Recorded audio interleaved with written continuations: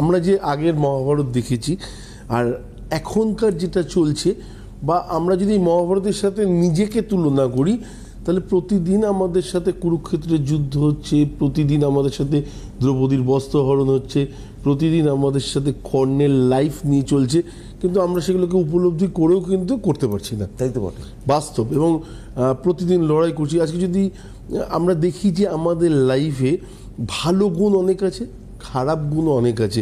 এই খারাপ গুণটাকে যদি আমি ধরে রাখি কৌরবদের মধ্যে রয়েছে, এবং ভালো গুণটা যদি আমি ধরে রাখি পাণ্ডবদের মধ্যে রয়েছে, তাহলে মাঝখানে ধৃতরাষ্ট্র কি কাজ করলো? ধৃতরাষ্ট্র স্বার্থপরতার কাজ করলো। একদম বাস্তব কিনা?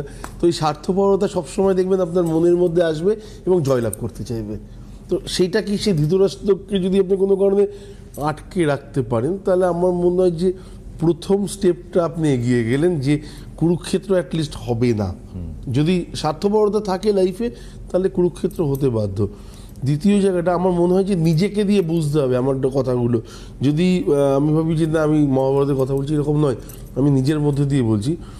আমি যদি বলি গান্ধারীর জায়গাটা দেখে যদি আমরা দেখি, গান্ধারীর চোখ ছিল, তা সত্ত্বেও চোখের মধ্যে পট্টি বাঁধা ছিল, কাপড় বাঁধা ছিল।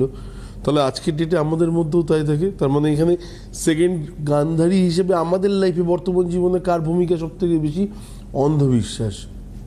বাহ, দারুণ বলছেন তো, বলে যান না, বাস্তব কি না? একদম একদম। অন্ধবিশ্বাসটা আমাদের মধ্যে সাংঘাতিক রয়েছে। পাশের বাড়ির কাকিমা আমার ক্ষতি করেছে, তার জন্য ছেলের উন্নতি হচ্ছে না, বা ফ্যামিলি মেম্বারের কেউ কিছু করেছে, বাদ দিন না, রাখে হরি মারে কি, ফার্স্ট এই বিশ্বাসটা তো রাখার চেষ্টা করুন।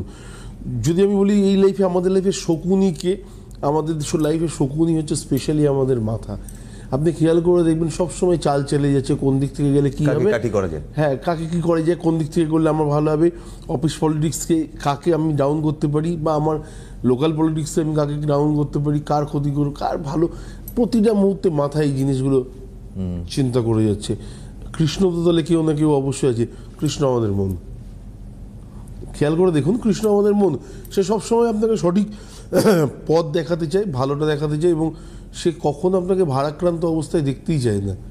সে সবসময় আপনাকে নিউট্রাল এবং সুন্দর একটা পরিবেশ পরিস্থিতির মধ্যে দিয়ে, মানে কি বলবো, চারপাশে সুগন্ধ বইছে, তার মধ্যে দিয়ে আপনি যাচ্ছেন, সবসময় মনটা আপনার সবসময় ভালো রাখার চেষ্টা করেন। কিন্তু এতগুলো জিনিস কন্টিনিউশন আপনার শরীরের মধ্যে চলতে থাকে, মহাভারত হতে থাকে প্রতিদিন, তো আপনি ভালো থাকবেন কোথা থেকে? এটা একটা থার্ড পার্ট। আমি যদি বলি যে আমাদের লাইফে কর্ণের ভূমিকা সাংঘাতিক, মানে কোথাও কর্ণ নেই, এটা হতে পারে না। কর্ণ কে ছিল? যে জানতো আমার লাইফে ধর্ম কি আছে, অধর্ম কি আছে। আমি জানতাম ধর্ম কোনটা, অধর্ম কোনটা, কিন্তু আমি বেছে নিয়েছিলাম অধর্মের পথ। তো আমার লাইফেও আমরা সেটাই করি। আমাকে ভালোটা, আমার মধ্যে জ্ঞান রয়েছে, আমার মধ্যে ধ্যান রয়েছে, আমার মধ্যে ধারণা রয়েছে, কিন্তু আমাকে ভালোটা করতে দেয় না। কে? ইগো। ঠিক বলছি প্রশান্ত কথাগুলো?